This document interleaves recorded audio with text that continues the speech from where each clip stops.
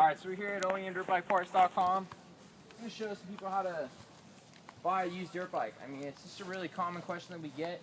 How to, what price, what quality, like, how do you know it's the right price, right bike? Like, how do you know? So we're going to show you. This is a common bike that you would see on Craigslist at your local dealership, auction, eBay, whatever you want to call it. They're all the same. They're used. They all have their own stories. So this is a, YZ450 F06. First thing I would do is just ride it. Make sure it's even something you'd want to consider buying. So that's kind of what I'm going to do. Yeah, that's how you don't take it off the stand, but it happens.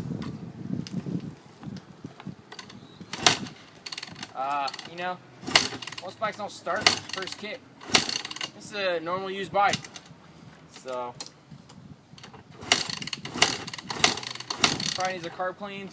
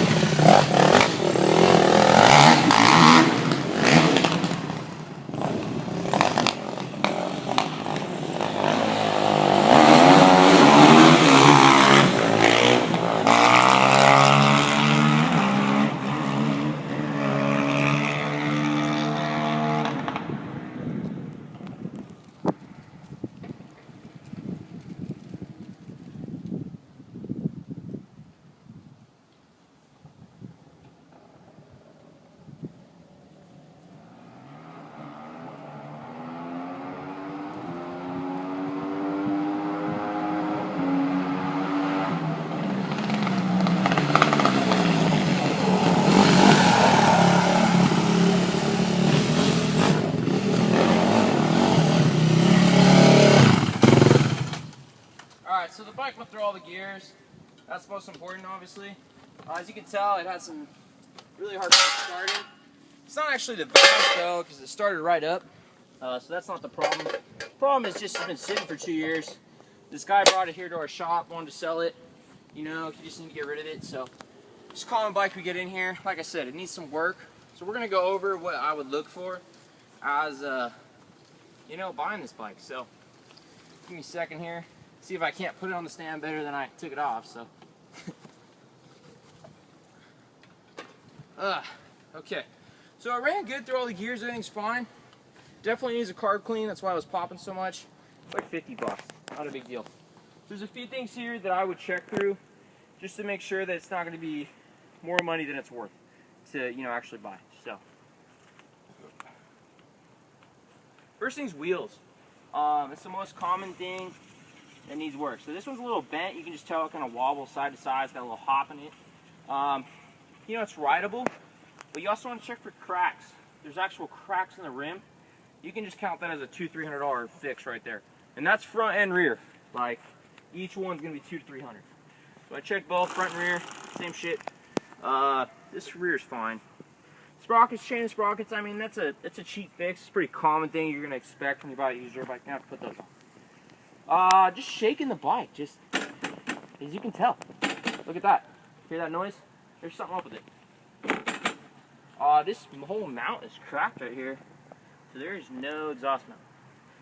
I mean, it's only holding in by one mount instead of two. You can tell right here, this came loose too. It's just been kicked a lot. I mean, it just needs a new Kickstarter.